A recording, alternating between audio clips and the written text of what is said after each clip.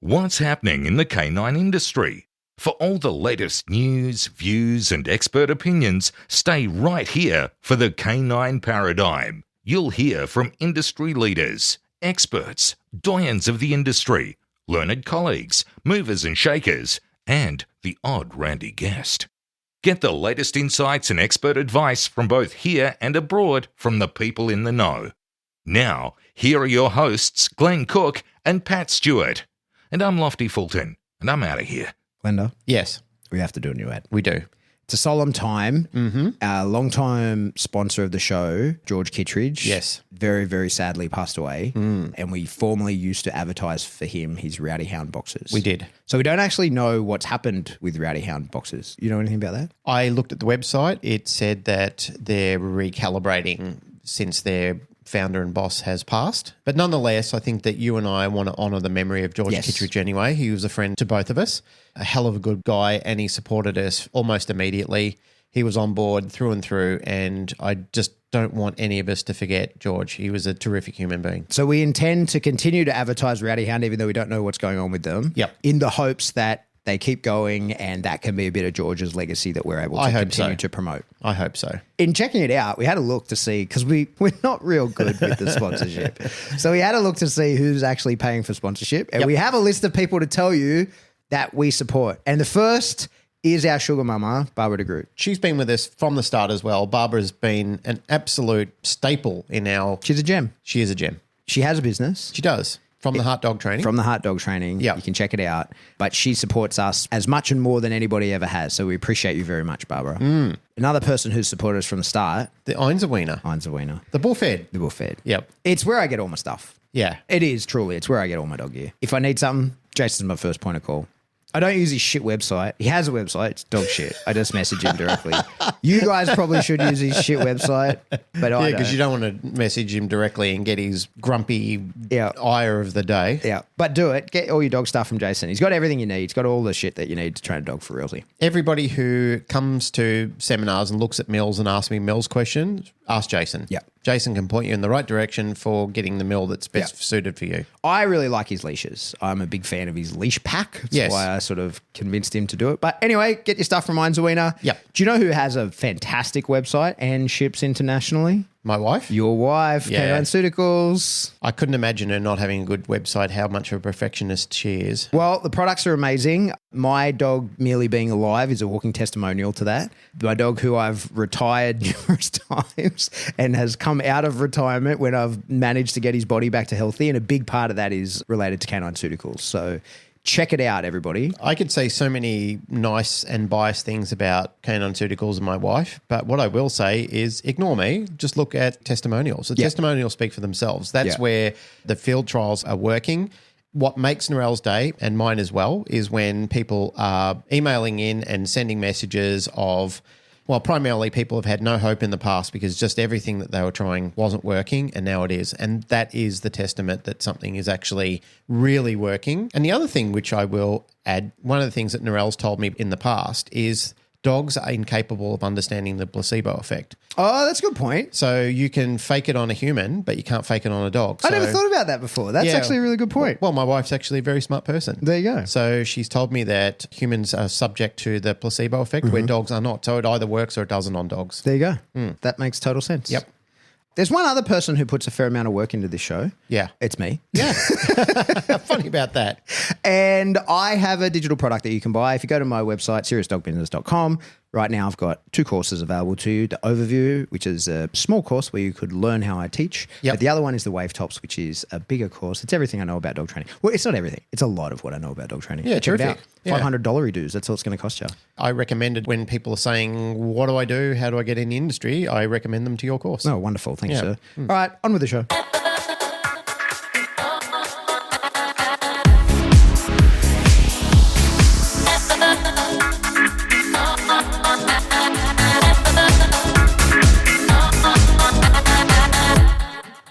Welcome back to the Canine Paradigm. I'm your host, Pat Stewart. I'm joined today by my co-host, Glenn Cook. Hello, sir.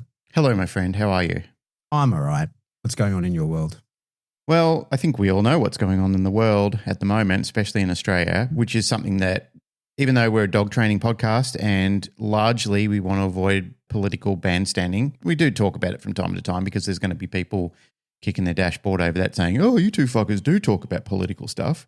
Well, we do sometimes, and mainly when it's affecting dog trainers, because we get politicians sticking their nose into things and trading off our rights and freedoms based on their own platforms. However, this time our politicians, our leaders in Australia have failed us miserably because we just witnessed something horrific that should never happen on any shores, to be honest. But even in Australia's shores, where we're largely a peaceful country, where we do have a lot of checks and balances in place, especially things like gun laws and so forth, and we saw horrific images of an Islamic terrorist weaponized young man and his father firing into a group of Jewish people that were celebrating Hanukkah at Bondi Beach. That's no surprise to everyone because it's around the world. Everybody's seen it, but it's horrible. And it's close to home for us because we've got a Jewish member in our group. One of his family members was hit by shrapnel defending people in that incident. So for our PSA group, one of our beloved and most cherished members, somebody that is very dear to you and I, great friend, very good person, one of their family members was affected by it. But let me just extend that before I cut to you. All of Australia was affected by it. And our politicians have added to this. When people are saying there's blood on their hands and people are saying, well, that's not fair. No, it is. They allowed this to happen. I really feel, as many Australians do feel, that this particular group of politicians who, on their watch this happened, they should resign immediately and put back in place the protections and the Australian sanctuary that we have cherished for so long, the brotherhood and the multiculturalism that we've embraced for so long, with the intention of bringing back those values and those cultures that have served us so well for a long time. And mate, let me tell you, I'm the son of an immigrant. My mother is from Holland. We didn't come over here and create hatred and catastrophe in this country. We've embraced it. My mum doesn't even speak Dutch anymore. She doesn't speak the mother language because she embraced how lucky she is to be a part of Australia, that the Australian culture was so great to her, and like everything that we have is thanks to the people of Australia. And I'm an Australian son. I was born on the shores, but my mother is an immigrant. So, and there's many immigrants that I know of that I love them, and I feel lucky to be a part of that community. But not this shit that goes on. This has got to stop. It's got to end because it affects everybody, and it affects our way of life, and it even affects our dog training community as well, as it has. So, your thoughts? Yeah. Oh, mate, only to say that to many people, say in the US or around the world, we're kind of their point of contact on Australia. Because if you listen to the podcast, we're the most Australian thing you know if you're from outside Australia. And so I had quite a lot of people reaching out afterwards and first just checking in because they know we're in Sydney. We're not far from it. And just offering condolences or whatever, which I really appreciate. It's a really shocking thing. And I agree with you. I think that we've been let down. And I think we have to acknowledge it. And then I think, as you say, let's stick to dog training. And, it's too sad, mate. And it just drags down the tempo. And as you're suggesting and as I'm suggesting, all we want to do is just acknowledge the pain and suffering that many of those people went through, and our outreach of Australians who are just in disbelief that this can happen on our shores. It should never happen. And hopefully we'll never see a repeat of it again if we get some political people with spines that actually step in, acknowledge what the real problem is, rather than just punishing Australians and saying, oh, it's gun owners who have never done anything other than been responsible and done everything within the confines of the law, and then make it the misery of regular Australians who just don't do anything wrong, who abide by those regulations. Like, criminals deserve the long arm of the law extended towards them. Whatever they do, that's upon them. But the regular people who don't do anything wrong, we've got to stop having politicians that just see some knee-jerk thing, which most people are just seeing through. It's just fucking ridiculous, and it's so outrageous. But anyway, I digress. I don't want to keep going on about it because I am clearly upset. There's millions of us who are, millions and millions and millions. I don't think there's many Australians who can look upon this and just be in total disbelief and utter shock that this has happened, and the contempt our wretched politicians have, and the little action that they've done about it. They need to be sacked. They need to be removed. Let's talk about dog training. Yeah, let's do that. Yeah, for fuck's sake. Hey, I want to try and lift the mood a little bit. Please do. Let's talk about dog training myths that won't go away, all right? Because we've done some of the funny ones. we've done some of the ridiculous ones. There was that dummy trainer here. You know, that guy's still getting around telling people not to let their dogs eat beef because it bloods them. Right? Don't let your dog. It wasn't just beef, was it? It was uncooked red meat. Don't ever let your dog eat raw red meat because it'll blood them and they'll increase their aggression. Remember that? Oh, mate. It's funny you say that. Yesterday when you and I were talking about prepping for the podcast, I have been spending a large part of the day running around doing behavioural mod work, aggression work, and, you know, helping people within home. Some severe and some not so bad, but nonetheless, it's still their problem that they've got to deal with, and an education portal that I've got to explain to them how to rework the system that they're confused by. The alarming thing, and for me, the amusing thing, is I'm following on from a Sydney behaviourist that is just leaving a wake of shit in their path, and I'm correcting all of the things that they are creating. And even the people that said to me, they said it goes from a 15-minute lesson into the rest of the time him just talking himself up, and it's just an absolute shit fest. One of the guys was so outraged over it, he just said, mate, I was almost going to cut the lesson and just say, hey, mate, I think we should just leave it there. I went round there and I said, all right, I'm going to do the exact opposite. I'm going to listen to all your pain points. I'm going to listen to you telling me everything that's wrong with this environment with your dog, where you're finding this alarming and it's creating a lot of unrest for you. And that's what we're going to work on. We're going to do it step by step, and we're going to do it gradually. And I'm going to work with something that you can actually feel empowered on by the time I leave here. This is the thing that I get frustrated about, is because that's not happening. Anyway, that's not the context of our lesson. That's just me big noting myself on something that I've been working on. But it's great because I'm having success only from a client perspective, is that they're actually getting a value and they're getting an education that they asked for and paid for. So dog trainers, if you're out there and you're listening to me, like I said, listen to me, don't listen to me. But if you are listening to me, that's what people want from you. They don't want you to go around there and just stand there with your arms folded in the corner and talk politics or talk shit with them. They actually want you to go around there and work on the pain points that they're telling you about.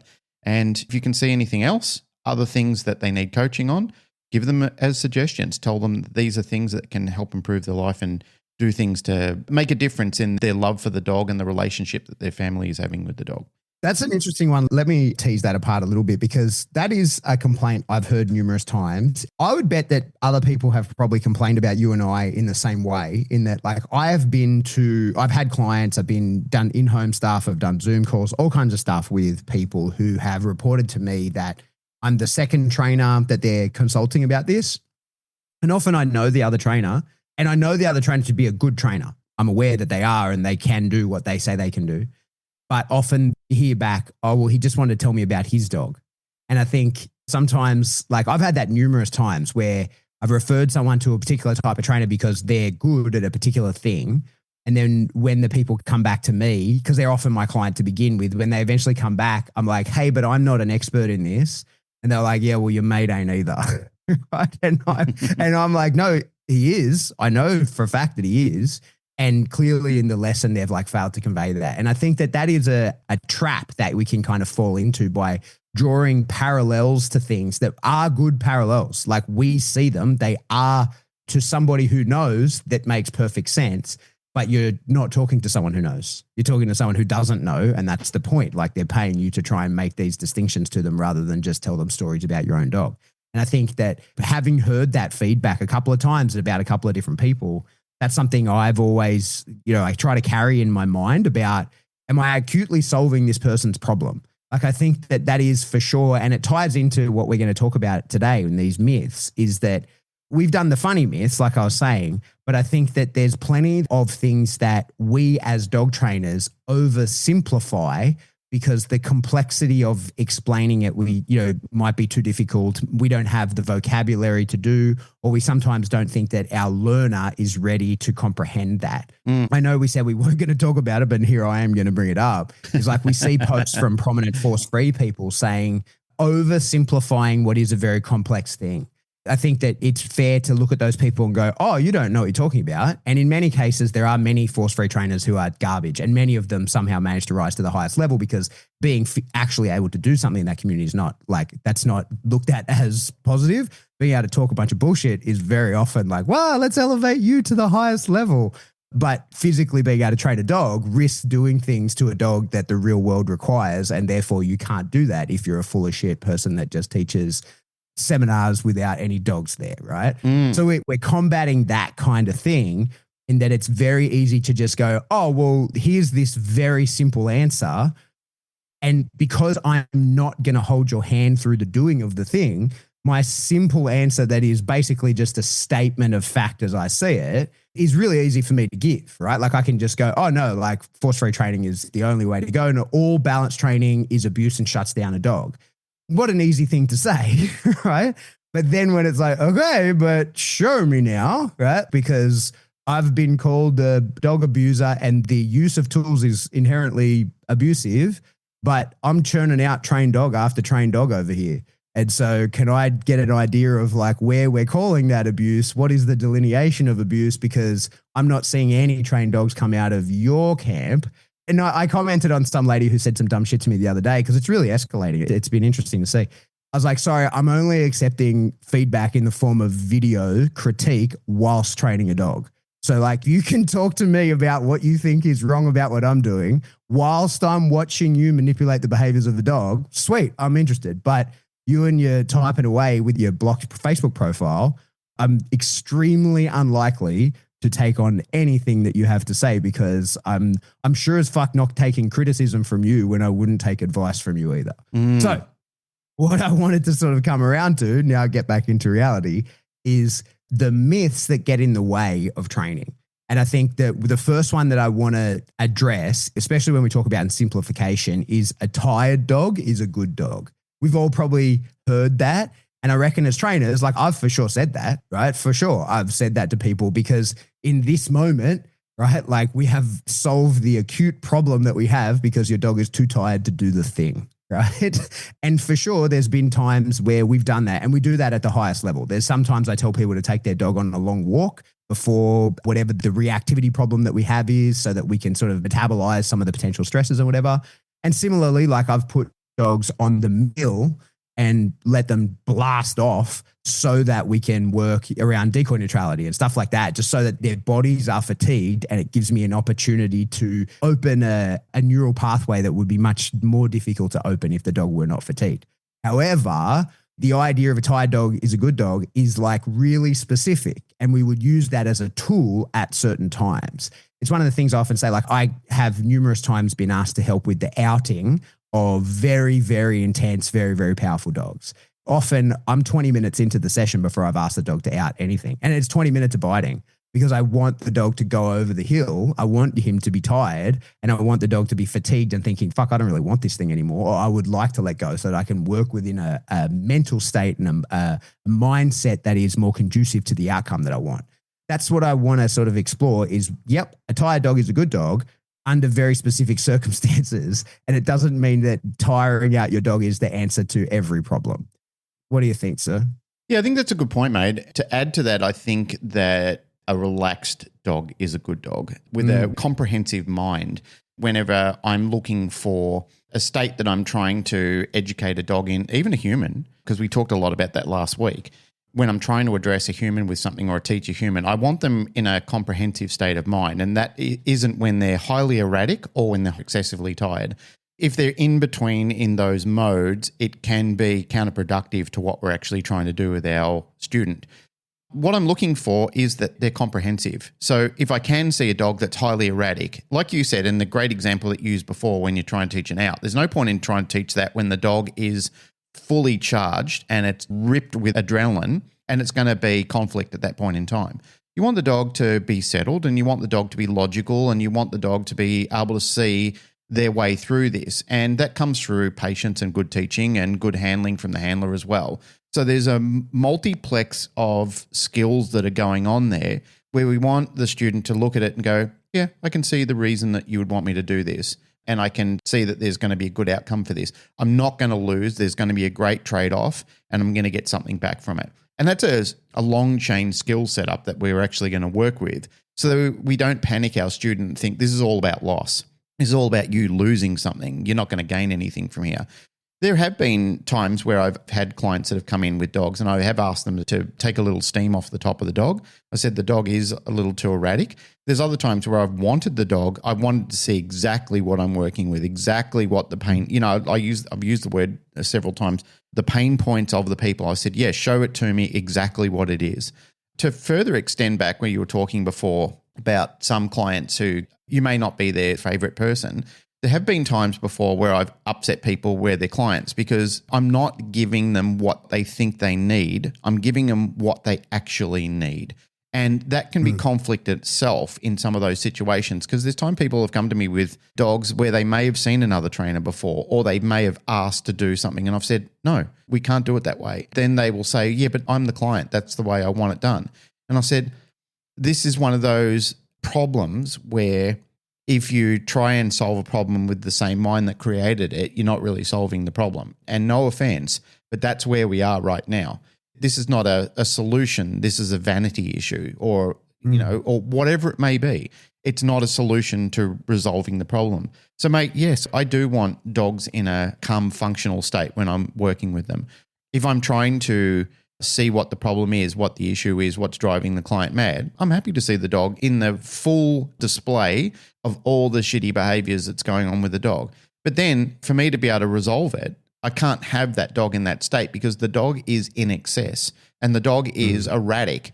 Using an example of working in crowd control, because that was such a behavioral study point for me to work with people and to see people in those fields. And you know this yourself, Pat. You've gone into villages and into towns and cities and so forth where you're seen as the occupier and somebody that's an invader in somebody else's country. And you've had to be careful and diplomatic and discuss strategies with people. I wasn't there. I don't know exactly what you did. But I mean, I've heard many stories of you over many years. So I know that you are very behaviorally minded. It's given you a really good crossover into becoming a dog trainer and understanding behavioral science as well, because you've worked with that so extensively in your army career. And it's something that I did in my crowd controlling years as well, is I was a dog trainer first, then I went into crowd control, but the two sort of married off against each other and I was able to see parallels between the two in how to regain function in something that seems like it's a lost cause. And those were the things that I was always interested in is how do I maintain a better status quo here? How do I actually get back to parity when this situation seems lost? I think that's a challenge that I always try and teach new students coming through, people that have been learning how to be dog trainers, is understand what the problem behavior is, identify it, look at it, but you're not going to solve a problem when that person is or when that dog is that hysterical because generally speaking, you have a mind that is not comprehensible and not ready to learn anything. It's ready to reject teaching. And that's the issue that we're faced with. Yeah, I agree. In terms of this one, like why won't this myth die or why won't it go away? It's because it is a beautiful oversimplification, right? Like a tired dog is a good dog. For sure, if someone's got a headache dog that's been a pain in the ass and you can figure out a way to just get it exhausted, the pain in the arsery usually goes away immediately in that moment, but it's such a short-term fix. And so like, I think that the real answer, what we really should be saying is not a tired dog is a good dog, but a fulfilled dog is a good dog, right?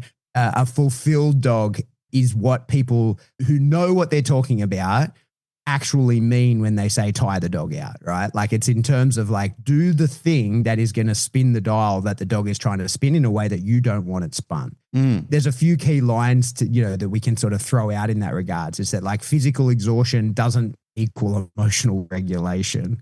You can build endurance without building impulse control is for sure one of the things that I keep sort of finding myself explaining to people. You think that you're teaching impulse control, but you're just making your dog too tired to do the thing.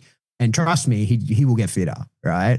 Cardio doesn't teach coping skills, right? Like you're just gonna build a dog who gonna catch you in that moment and be even better at doing the fucking thing that you don't want them to do. So I think that as much as we can change the language, change the idea that we're not looking to tire your dog out, what we're really looking to do is fulfill the dog. Whatever the thing is that the dog wants to do, we're looking to sort of fill that gap in a way that is safe and possible rather than the huge blow up at the end of the line at the other dog or whatever it is. I feel that once you do that stimulating work with the dog anyway, then you'll find that the dog will be happily retreating to go and have a nap anyway and give you the peace that you're looking for. There's homes that I've gone to where I'm working on initially behavioral modification, like the dog is showing aggression or the blow up that you're just using as an example. There's several times where I've got those dogs into, okay, we need to address this problem. But also what I think we need to do is get your dog involved in some form of activity where it's not thinking about that. And that's not the romantic view that the dog has, is for some reason, even though it started off aversive, it's now appetitive. I feel good about barking and rushing at people or other dogs or whatever it may be. We do work on that issue. We resolve that issue. But then we get into something like nose games or something like that, where we're starting to teach the dog, occupy your time better. Because the saying that I keep reverting back to, I keep telling people all the time, is idle hands are the devil's tools. While you're obsessing and thinking about those other behaviors, you're becoming more powerful in them. You're becoming more rewarded by them. And therefore, that's where your energy is being displaced into those areas. So we take it away. We remove the powers from those behaviors and we put it back into something more productive. The review that I have when I do follow-ups with people, how's it going? What have you been working on? What's your progress? The people who actually do it, the productive people, the clients who actually follow through and don't just complain that it doesn't work, the ones that actually do the incremental basis, which every trainer around the world should be looking for, but every person that's investing the money, they should actually be doing that. The ones that are, come back and say, it works, mate, it's great. Yeah, we're seeing a complete reduction in the behavior. And we're also seeing a beautiful family dog that's now coming in, rested. We're not seeing this hyperactive, silly, over-vigilant type of behavior. Ultimately, we're getting the dog we always wanted. That can be done through a beautiful layering of work as well. So you can enjoy the best of both worlds. You can have a dog that's transpired into a great platform of whatever you want to do. Sometimes people don't even know what they want to do until it's been pointed out to them. As I said before, some people never have been invested in wanting to get involved in the sport or, like a nose work or just generally, teaching their dogs trick training. Sometimes it's just that, but it's doing something. It's involved in something else. As I've used as an example before, there's times where I have obsessed over a wrong type of behavior and I can feel the monster growing within me to be overwhelmed with that. And it's feeding the wrong wolf. When we talk about the two wolves inside us, it's feeding the wrong wolf. That wolf is becoming bigger and powerful, and it's even smothering out the one that we wanted to give energy to. It's actually killing that other one off. We want to reverse that. We want to have it in the hands of the opposite, where you're now feeling productive and you're now turning counterproductive work into productive work. All right, let me move on to my next one. This is one of the myths that drives me crazy, is that socialization means letting dogs meet everybody and everything. This is one of the ones that I think we've seen. I think the scales got tipped a little too far in this. Like I think in the past, people didn't socialize dogs very well. Perhaps there wasn't a lot of need to, because typically a dog's world was established as a young dog, like in that critical period of socialization. People tended to have taken their dog everywhere the dog was going to get to go in its life. And then that was it. It was kind of done, right?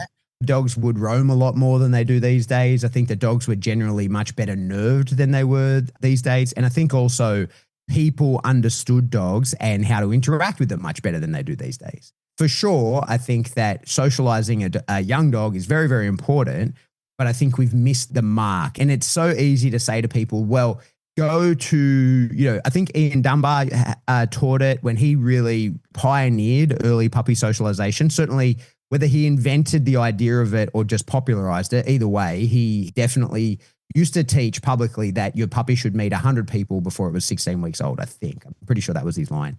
Like, I don't disagree with that. I think that your puppy being in the presence of 100 people is fine. But what I don't fucking want is 100 people encouraging a puppy to go to it in order to receive some kind of treat or something like that. I think that for sure is a recipe for disaster. And I've seen that. Well, I've seen the effects of that go in two different directions, right? The first might be that you get an overly socialized dog that then it's not even socialized at that point. It becomes a sook. And you get a dog that is constantly looking to other people for things, to get things off them, like approaches people and begs, which I think is kind of the opposite of what you're looking to achieve in that point. But then I've seen it go the other way with like the nervier, sketchier dogs. That's a lot of intention that gets pointed towards them, right? Like that's a lot of energy that gets pointed at these dogs. of course, if the treat value is high enough and the dog can be, lured into the person, sometimes we see a turnaround of the dog that, maybe was going to be a little bit sketchy with people can sometimes be, that can be turned around by getting treats from strangers like that. But overwhelmingly what we see is it tends to increase reactivity because people then project too much. Like these random 100 people we got to put in front of our already sketchy puppy. The puppy comes in to get the treat, the piece of food, and then it meets it, and then immediately the risk to reward ratio drastically changes, right? And I think that's one of the things people sort of don't take into account when they're dealing with reactive dogs is that when you've got a person who is a threat to the dog, from the dog's point of view, the dog looks at the person and says, oh, I don't really want to be around you. And then the person lures the dog in with a treat or some sort of reinforcer that the dog goes, yeah, okay, well, like I do want that enough that I can tolerate being near you. People tend to lure that in. The dog eats it, and then they like scruff the dog or they like pat the dog with a bunch of stuff, but that thing is gone. And so now the dog is like, what the fuck? I don't want to be around here. And there's nothing that will keep me here because the motivational math just changed radically because I wanted to come in to get that food. I got the food. Now there's only the pressure. Like certainly I've observed plenty of dogs that have been made very antisocial by the attempts to socialize them. You also then run a lot of risks. That's a good point. Mate, all the time. That's a good point. You run a lot of risks in those regards. Like you can make food a very aversive thing if food constantly comes from an aversive source, right? Like a lot of people don't understand. This is sort of an oversimplification of a fairly complex topic in that people go, well, he's afraid of that person and he'll get food. He'll pair those two things together. And that's not how the pairing often works. The pairing often works like that bad thing is got the food. The food is bad. Food is sketchy. I got to stay away from the food, right? And I think that you've got to be careful about the way that you do this, the way that you leverage a young dog with food too much by over-socializing, as well as letting them experience too much of the world and overwhelming themselves. I think that what gets left out of that conversation of socialization is the tantrum effect, right? When you're taking your young dog, your puppy out to socialize, they've only got a few minutes in them, right? Like a puppy only has a very short window, just like a baby, right? They only have a very short, or a toddler, they only have a very short window of interaction where things can go well before they're overwhelmed. Like all of those sensors are firing a million miles an hour because all of this is new. Taking all this in, it doesn't take long at all before it's overwhelmed and then you start heading into tantrum territory because like the ability to think and function clearly fades away very quickly. You probably could speak to the neuroscience of that much better than I could. But the point is you got to be very careful socializing a dog. I used the phrase before and I'll re-utter it again because I think it's important in this context and it covers a lot of what you just said before, and it is in excess. Anytime I find that a dog or a human is in excess in whatever they're doing, they're not really in a pleasure state anymore. They've gone from a comfort state to a discomfort state quite readily. I don't know if you notice it. You most likely do. You're a very observant type of person. But I feel that adults are being educated like they're kiddies at times. And there's a lot of silly cartoons that if they're serving a purpose, that's fine. But I still think that we need to speak to adults like they're adults at times. There's times where I feel like adult training has become like children training. And maybe that's because there's a high level of immaturity going around, or that's an overall plan. I don't know. I don't want to just subscribe to the conspiracy around it. However, one of the areas where I feel, and as I've expressed before, I feel dog ownership and dog behavior has decreased. Like the behavior side of it has decreased instead of increased. That was always an anomaly to me when I started training. In 1990, when I started becoming a professional trainer, I started to see the progress of the internet over the decades coming to now. And I kept thinking to myself, this is going to be so good. People are going to be so prepared and so aware of how to manage and control canine behavior. Like the ability to impart information en masse to people is just going to be great. And mate, surprisingly, okay, let's be fair. There are groups of people out there who have done wondrous things and they've been able to display incredible feats that they've done with their dogs. I love that. I love taking part in that and I love paying compliments to those people as well. But there's just been, using the word in excess before, there's just been an excessive amount of shit information that's gone out there that's prevented dogs from having that full social experience. And instead, they're whack jobs. They're growing up to be crazy dogs that are needing to be euthanized, which is just fucking heartbreaking. Several of the behavioral consults that I've gone out to work with for dogs that are under review for classification or declaration, I should say, for either nuisance, menacing, or dangerous. In several of them, there's been cases where the dogs have been pursued by people and people have just gone in to pat the dogs and the dogs have just had enough of it. There was one that fortunately they had footage. Somebody had it was out the front of somebody's house and they had a ring camera, one of those UV ring cameras. The footage was somehow caught on that camera. And I don't know if somebody's rang the bell or whatever it was, but it was triggered and caught on their camera or a property camera. I don't know what it was, but I was given the footage of it. Let's just say I got footage from a camera. I was looking at it with the client because they were considering taking possible legal action of it. And somebody who stopped them on the street and wanted to pat the dog, and you can see them I'm putting my hand up in a stop fashion to you, but I'm explaining it because people can't see me doing it. We're not doing YouTubes. But they put their hand up in a stop fashion. You can see it on camera. They're basically saying they're rejecting the advance. Like, I don't want you to come forward. Please just leave the dog alone. The person's insisting. They're doing like the little rubbing fingers to the dog to try and entice the dog to come over them. The dog's like sitting there looking up nervously at the owner like, I don't like this. I don't feel comfortable. All the signs that you, me, any other trainer, any other behaviorist or anyone with a fucking brain would look at and go, this dog doesn't want this. It just doesn't want this. There's a lady in the United States, a lady called Kylie Dyer, who's doing an interview with a Dogo Argentina that was saved by 2 firefighters who fell into ice. Long story short, she gets in the dog's face. The dog's giving her a lot of signs. I don't feel comfortable with this. I don't want it. Thanks, but no thanks. And then she leans in to kiss the dog and the dog nails her in the face. She thought she was being kind. And a lot of these people think they're being kind. But what they're doing is they're misreading all of these signs, everything that you were talking about before. All the things that the dog is just feeling a horrendous amount of discomfort about. It'd be like if you're in the street, walking around the street, somebody just walks over, cups you by the face with their hands, pulls you in and just smooches you on the lips. And you don't know this person, they're nothing to you. What an absolute violation that is. And that's what's happening to dogs around the world. And then they're being declared as a dangerous dog when the dog defends itself. And that's what I was able to argue with counsel, and I got the dog off. So I was able to break it down, show the video. So even before it actually got to court, I just said, I understand that this person believed that they were doing an act of kindness. But if you look at the follow through of what this dog was doing, it was only defending itself. It didn't engage in hostile activity. I said, and as a result of the nip that it gave the person, because it did break skin. There were no stitches. It's not that I'm encouraging dogs to get into this frame of mind as well, but the dog was clearly defending itself.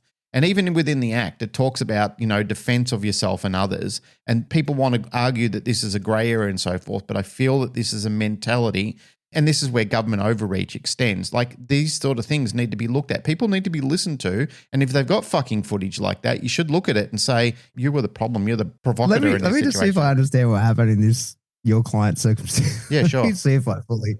So your client's out the front of their own house with their dog on leash because it's their ring camera that got it. Yep. They've been approached by somebody who wants to pat their dog. They tell them, no, you can't pat my dog.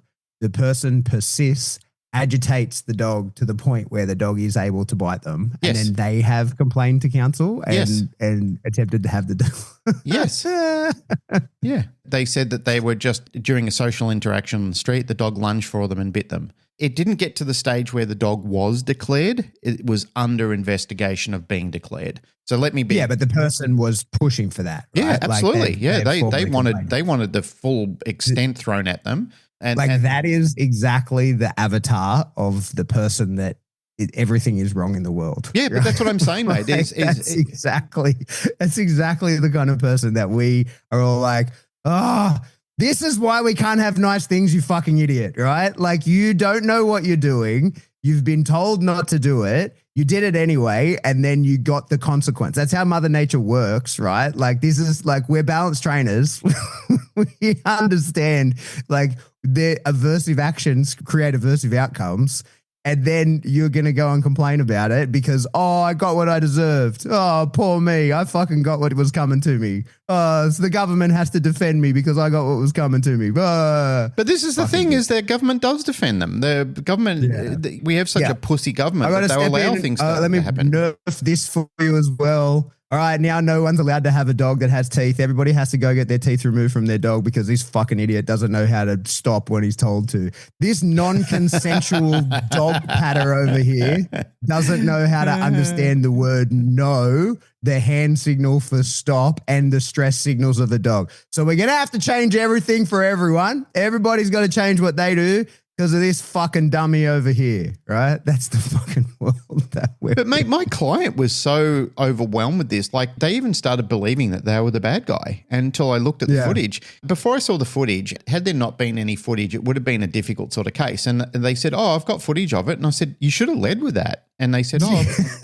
would you like to see it? And I said, absolutely. I always like to see footage. So I had a look at the footage and I said, no, you're a victim in this situation.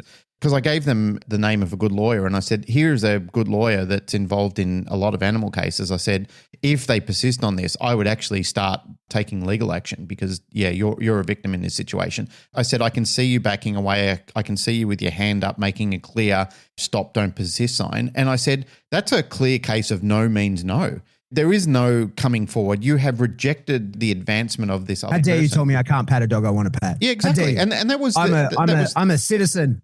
The gore of this person. And mate, there's not just one of these people. Like when we hear these stories, because a lot of dog owning people and a lot of reasonable and functional people listen to this and go, oh my God, this is just, how could this happen? But mate, we are littered with these people in our communities because they're giving entitlement. We're telling these people it's okay to be a dummy and a baby and a fuckwit and do these type of things because you'll get away with it. And not only will you get away with it, you'll be supported for it. And this person will be publicly punished and driven out of town because they're the bad guy for not letting you pat their dog.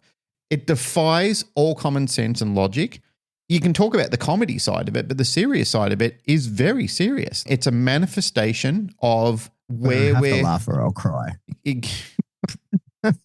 Literally, yeah. It's a manifestation of what's wrong with society and how we've allowed the wrong type of person to become a victim and to dictate terms. We need people like Judge Judy who would look at this and say, I'm awarding costs to the dog owner. Now you're open to being sued for neglecting the person and the dog safety. So fuck you. You should pay them for assault. When's the last time you did go to court on a case like this? Like, because I reckon most Australian magistrates are pretty reasonable in that regard. But I'm asking, I'm guessing that that's the case. The last time I went to court was during COVID where I had to do a video court. There was a guy that he had a bully breed and he was in the front of his property. He had two guys that came past his property. He was digging a trench or something like that. And the two guys looked at his dog and they were gobbing off to him. And he said, hey, listen, just fuck off, just beat it. And they became aggressive towards him and they turned around and they came back and said, what'd you say? And he said, I told you, just fuck off, keep going, do what you're doing. Long story short, they assaulted him. Like both of them started beating up on him and his dog flew in and nailed one of the guys really badly on the back of the leg. And good for him. That's cool. Yeah, exactly. You don't hear about that very often. Hey, that's because like most of the time that wouldn't happen. You know as well as I do. Like if you haven't trained a dog to defend you and you're already getting beaten, usually the dog will fucking turn on you. So yeah, well, that's good for him. But because they're playing victim, they went to court and said, he sicked his dog onto us. What the case was that the dog had been taught to attack, and that's what their defense was pushing. That the dog had been taught to attack. So I had sleeves and everything out and I had the dog running around the property and I had a sleeve. I was charging around at the dog. The dog was just running around, barking and running around in circles, had no idea what to do with the sleeve. I wore a full body bite suit. I'm running around with the bite suit. I'm doing all these sort of things. The dog's running around, barking at me, had no idea what to do. While I'm wearing all this equipment, I'm rolling around on the ground. I'm not going to grab you because if I grab you and the dog bites me, I would hope that he would do something like that. That's what I would hope he would do. They were saying that he was going sick him. And I said, say it. Well, I'm charging at him with the sleeve. I said, yell it out in the background. So I had him in camera shot and he's saying sick him and the dog's just doing the same sort of thing. Just run around, like, I don't know what to do. I'm confused. Yeah. It's my first day. Literally. So I submitted all that to his barrister.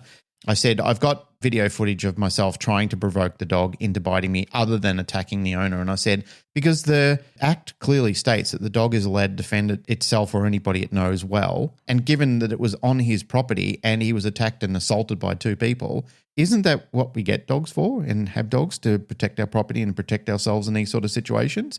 But it also highlights that the dog had never received any attack training, which is the claim. So the judge told me off. She kind of said, you're providing too much information here. It sounds like you have a bias. And I said, fair enough. I will only answer what is being asked of me. The case got thrown out, mate. It was just ridiculous. Yeah. It was just absurd that it even got to that stage.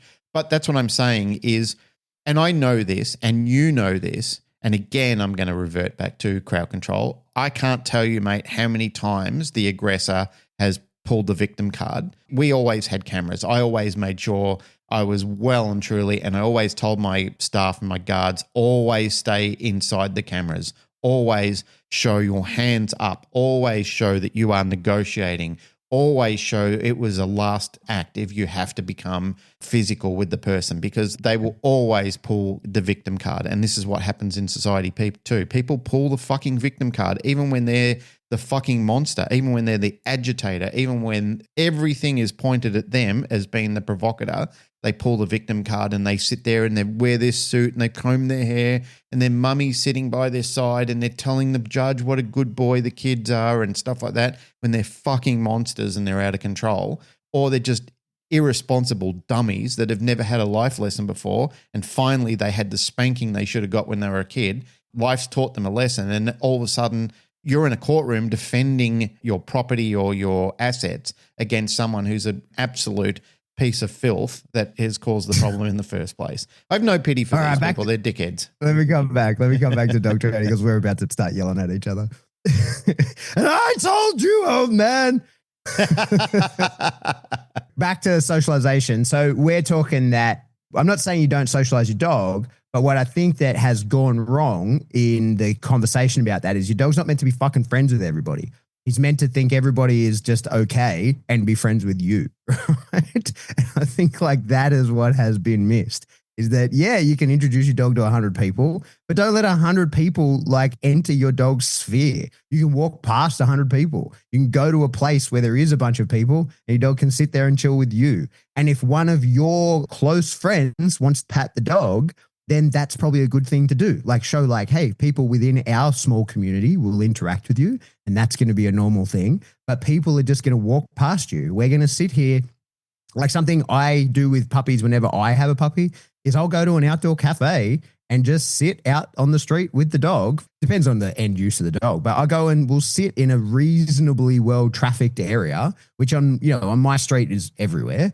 I'll sit at the cafe. While I'm sitting there, 20 to 30 people will walk past the dog. I'll make sure none of them directly interact with the dog. And then he gets used to the idea of like, well, this is what happens here.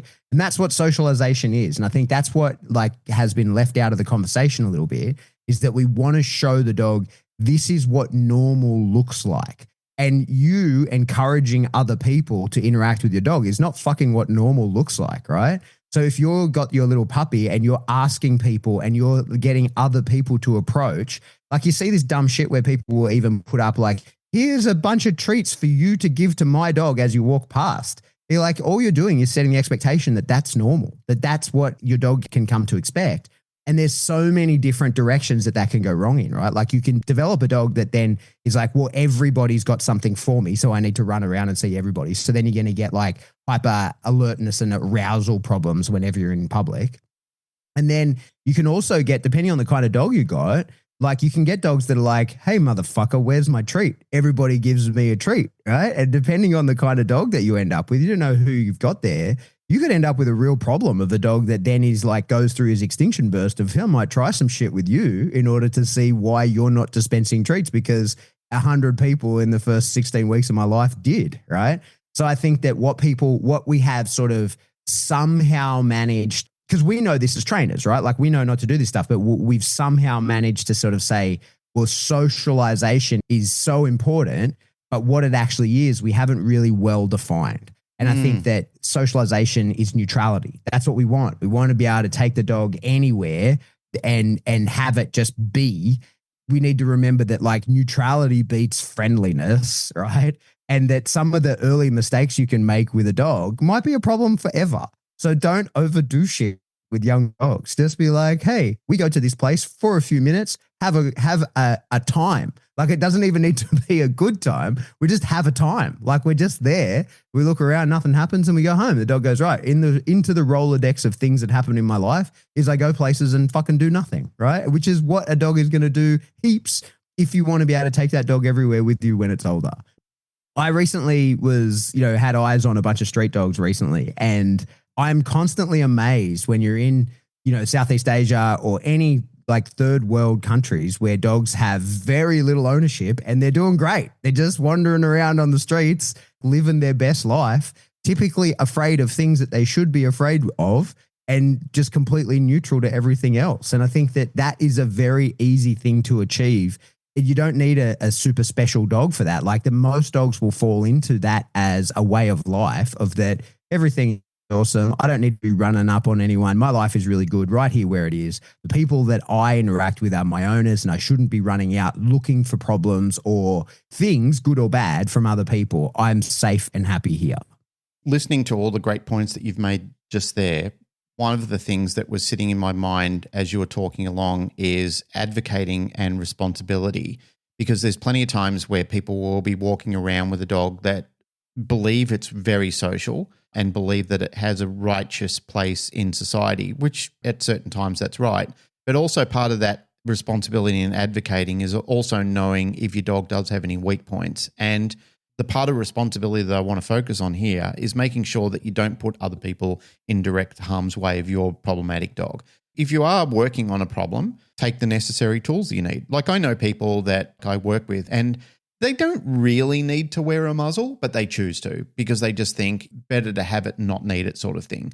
So we do the appetitive way of working with a muzzle. We make the dog like wearing it. We teach the dog it's a good thing. It's not a bad thing to wear it. They have a periodic time where they'll get the dog to wear it. They won't make it like this is symbolic that there is now a problem because we discuss and we go through all those processes. We just teach them sometimes you wear it, sometimes you don't. Sometimes you wear it when there's nobody around and sometimes you don't wear it when there's people around. And sometimes you'll wear it in crowds and sometimes you won't wear it in crowds. It depends where you are and how we're advocating for it. But nonetheless, what I teach people to do is just be responsible, but still address the issues that you're trying to work on periodically or incrementally, work your way through them and make it understandable. But also be aware that that type of person that I was talking about before, they're out there. And they're going to pursue you and they're going to insist on touching your dog because they somehow believe it's a righteous behavior of theirs.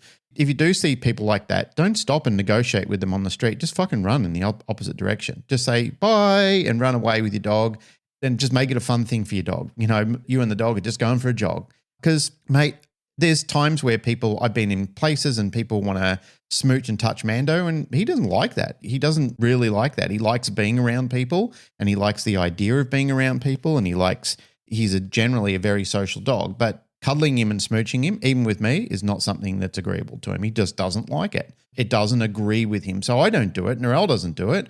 And we encourage other people not to do it as well. And the times that people have tried it, he's given them clear warning signals. He said, I don't like this. This is not something that I want to do.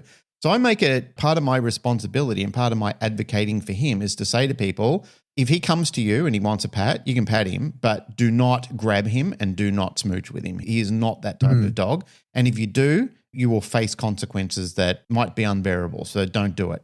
I had a really nice interaction the other day. I was waiting for coffee and I was sitting out the front of this cafe and this blue heeler came over to me. Mm-hmm. He kind of sauntered over. And because, I smell like dogs all the time, like he came over to me and like for people who have never interacted with blue heelers, I know like maybe in the States there's not a lot of them. I don't know. But they'll bite you.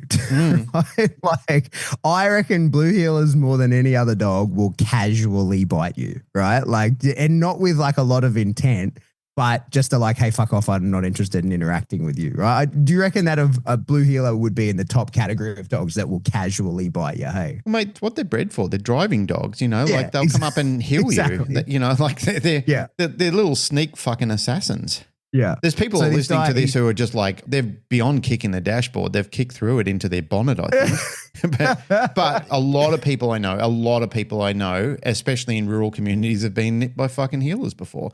But mate, Yeah. I've been in the pubs before where there's been fucking healers and healer type dogs asleep on the pub floor. And that's their social life. They're under the table, not causing disruption to anybody's life. But everybody is also fucking smart, rural type people who understand if there's a dog under the table, leave that fucking dog alone.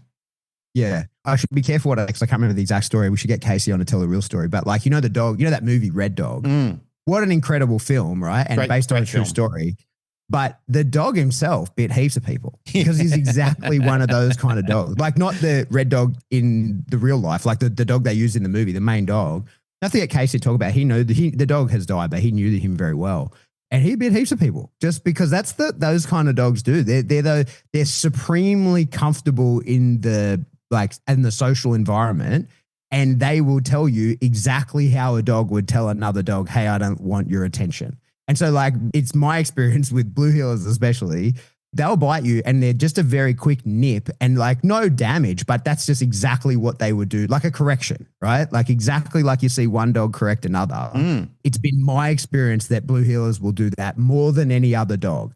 Anyway, so I'm sitting down and this blue heeler kind of saunters over to me.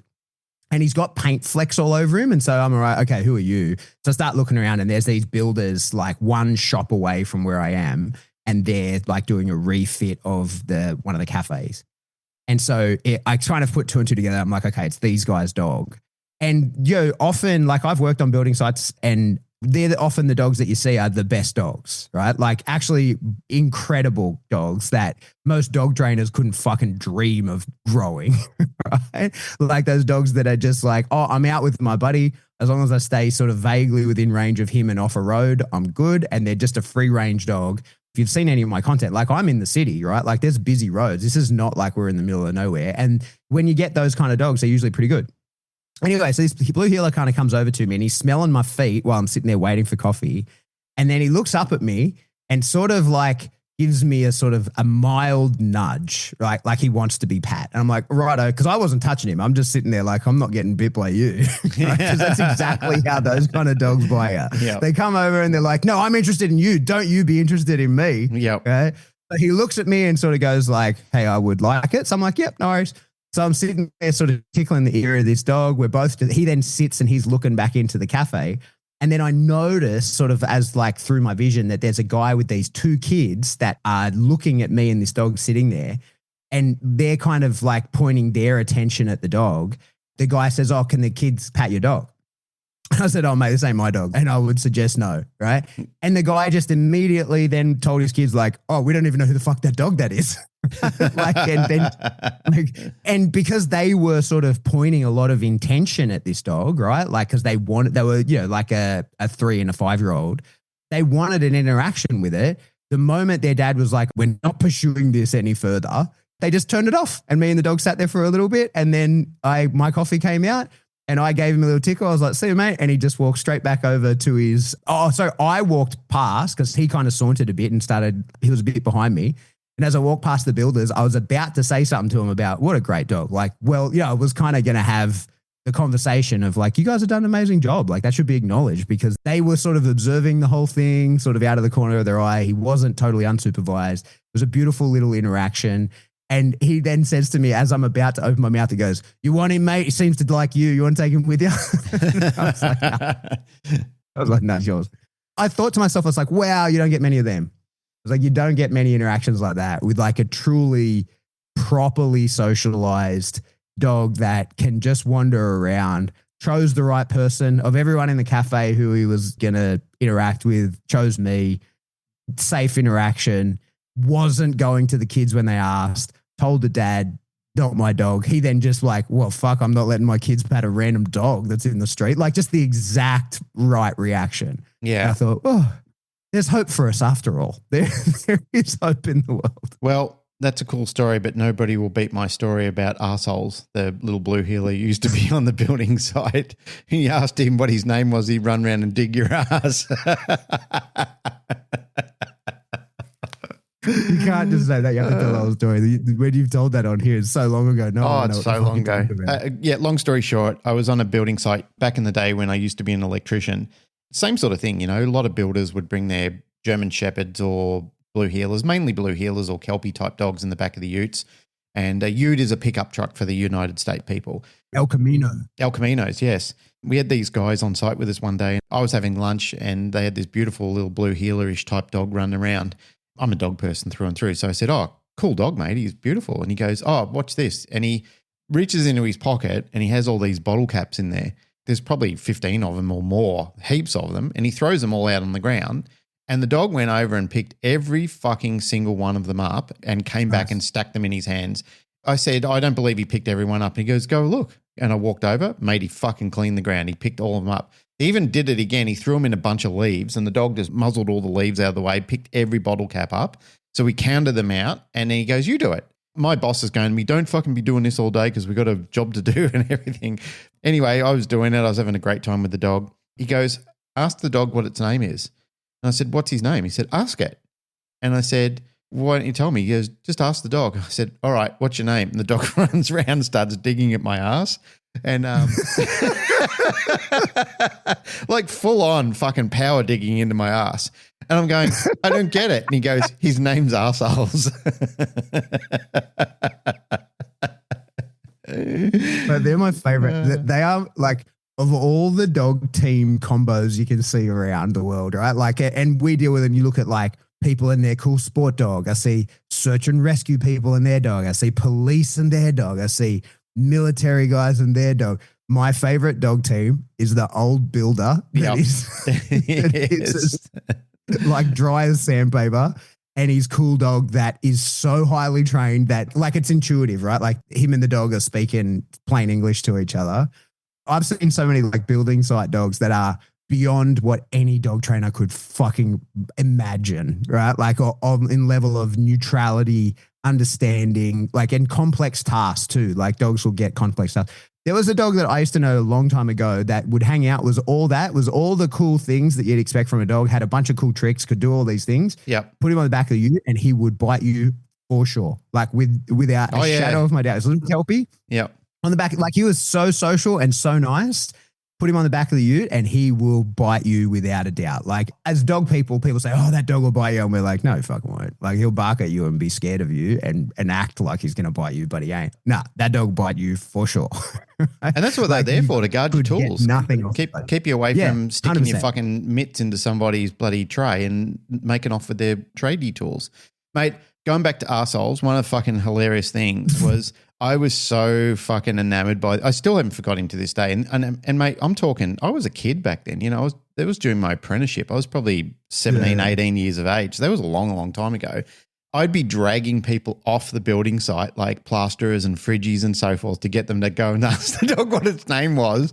Well, he'd be fucking plowing into their ass while I was screaming with laughter in the background. Mate, I had a line of people coming off because we're working in a supermarket. So at the end of it, the dog owner goes, oh, that's enough, mate. Yeah, I think we've made your point. You're that guy. I'm that guy. That kept trying to pat the dog. Yeah, I'm that guy. Everybody go home with fucking cuts in their ass. Thanks to assholes. Hey, I've only got one more thing I want to talk about in myths, right? Sure. And the last one is the idea that if the dog loved and respected you, it would listen. And this is the one that sort of came up recently. Working with a client, a newer person to dogs, got a good dog and one highly trained. And there's some reactivity issues that we have to work through. Nothing serious, just because it's an unfulfilled dog. And then the guy also wants the dog trained to a really, really high standard. And so in terms of dealing the reactivity stuff, I'm sort of talking with him about relationship based and like showing strong leadership, and the dog shouldn't act like that around you. Like he shouldn't be defending you. No, like, you know, whether he is or isn't is a different conversation. But I'm saying to the guy, I'm like, you're the leader here. Like strong leadership is what you need in this situation. And then when he's talking about whether the dog should do something, I'm like, oh, that has nothing to do with your strong leadership, mate. These are behaviors that we got to teach. Like this is we got to get the food out and we got to get the ball and we got to show like a rate of reinforcement. And there's a whole matrix that we got to fit within here. And so I think one of the things that has happened over time and in certain circles there's this idea that, well, the dog should act in a particular way because I have set the tone on how to act. So that doesn't bleed over into obedience, like as in the things that the dog should do. So like for sure, strong leadership should suggest that you, like if the hierarchy is right and you and your dog's relationship is right, you should be able to say to the dog like, no, you don't do that. Like that's not how you act. You don't react in that way. And that kind of comes down to the way that the dog thinks of you and follows your leadership, or it can, right? But that will have no carryover to the obedience that the dog can do. If you want the dog then to heel pretty or to hold it down and all these kinds of things, you have to work reinforcement schedules. You have to reward delivery and placement managers a lot. And you got to get into the weeds on this kind of stuff. But the adverse is true as well. And I think that there's plenty of people out there who have really highly trained dogs that can do a bunch of cool stuff and can look cool doing it. But then because they don't have the right relationship in place with the dog, they don't actually have control of the dog outside of that work. And so I think that, again, when we're talking about these myths that are really just oversimplifications, is that the idea that the dog should do what you say just because it loves and respects you, that probably to me feels like the dog should act the way you want it to act because it loves and respects you. That's relationship stuff, right? And I think there's, when we start saying to, you know, like I say to dogs, like I convey it in everything I put to them, like, hey, you can't fucking be reactive like that. Like that's not allowed. I'm not going for that. But you don't need to, because like I will protect you. First of all, that's not a threat. If it suddenly were to become a threat, like I'm the dealer of threats, right? And that's sort of how we convey to a dog. And that's going to create a certain mindset in the dog that allows the dog then to be comfortable, right? And to be that sort of neutral version of itself. But that doesn't teach no obedience, right? Like that doesn't convey anything about how I want him to heal. And so I think that this is the beauty of balanced training, is that we have to fuse those two things together. There's balance in that. I think that's one of the horses I'm jumping on at the moment, is this idea that balanced training is a lot more than like, oh, I use tools. It's like, no, I create a balance in the dog. Like that's the idea. And when one of the things that sort of interested me recently talking to people about balanced training, they're like, oh, but you're not using the quadrants in equal balance. I'm like, no, of course I'm not. I'm going to use the one that is necessary at the time. Nobody ever looked at a set of scales that were off balance and said, oh, okay, well, in order to bring these back, I have to be in equal measure on both sides. That's not how it works, right? Like you've got to balance it, because you don't put equal on. There's already too much on one. You have to put it on the other in order to equalize it. You're looking to create balance. Exactly. And so I think that the way that we interact with a dog, we have to look to create balance in all things, balance in the relationship, so that the dog then goes, okay, like this is, I see and think of you in the right way. But then also we got to play the monkey games, and we got to then get into the like, okay, well, I'll do all the things, the chicky chicky chucka, the positive reinforcement, all of the things that we need to do in order to build the behaviors that I want. Because no matter how much the dog loves and respects me, not going to learn to keep his head up and prance his feet via love and respect, right? That's very specific reward delivery and placement. That is what allows for that. I can't learn. So I think creating a balance of that. Let's say, for example, I love and respect you and you speak another language, it doesn't mean that I'm going to be able to communicate with you in that language until I learn it. I mean, it's a silly fucking statement that people make when they are led to believe those sort of things. I don't even know how they comprehend it, but it just goes to show how far away they are from dog behavior and why there's such a creation and a myriad of problems within households. There is still this belief that it's existing, and it defies the logic that I had before when I was saying that I honestly thought that with the growth of social media and the internet and the placement it would have in people's homes, that people would be worldly connected, that we would just have this better understanding and such a breadth of knowledge about how dogs is. Let me just add, thankfully it's not, because I got work because it's not. You know, all the trainers at the table who are vying for a little piece of that pie, we should owe a debt of gratitude to the dog people out there who are dumbing down society, because they're creating a problem for us to go out and fix. That sounds like a negative statement, but it's just a factual statement. It's neither negative or positive. It's just reality. You know, people are going out there and dumbing things down and trying to turn adults into kiddies, and we're going out there and showing them the realities. Like, we're making clear statements. We're advocating for the household and for the dog, so we can show them, yes, your dog loves you. I can see that, but doesn't respect you because it doesn't understand what you want. And in fact, the dog finds you very confusing. There's conflict between the two of you. Your dog is confused and conflicted because you're asking something of it. It's not that it's incapable of doing it. It will in time. It just has no bearings or no knowledge about what it's supposed to do. So therefore, you're on such a vast scale of differences.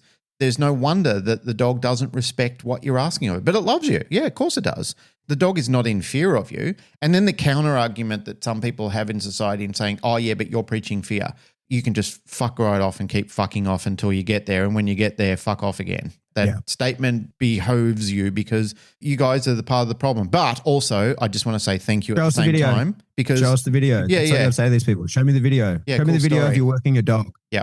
But also I want to extend my appreciation to you because you keep giving me a multiplex of work. You know, you keep giving my trainers work. Thanks, guys. While you're confusing people, we can add value to showing people how to advocate for their dogs and how to actually show them the things that will bring harmony and avoid conflict in the household. So cool. Thanks. You guys are ace. Stupid, but ace. That's all I had to say. I reckon that's the end of the podcast. You had such a nice, delicate way of bringing it, and all I did was bring in a sledgehammer and Mate, sometimes the sledgehammer is the tool. Mate, there's been times where I've talked about things like this and people have gone, geez, I wonder what you like with a client. I'm actually very patient with people. I let them do all the talking until they're done talking. I've had people that have talked the entire lesson for me and I've said, sorry, that's time. I was happy to listen and also offer, but we do need another lesson now because now that I've listened to everything that you've had to say, everything that you wanted me to hear, which I have heard, all the notes that you wanted me to take, I have taken them down.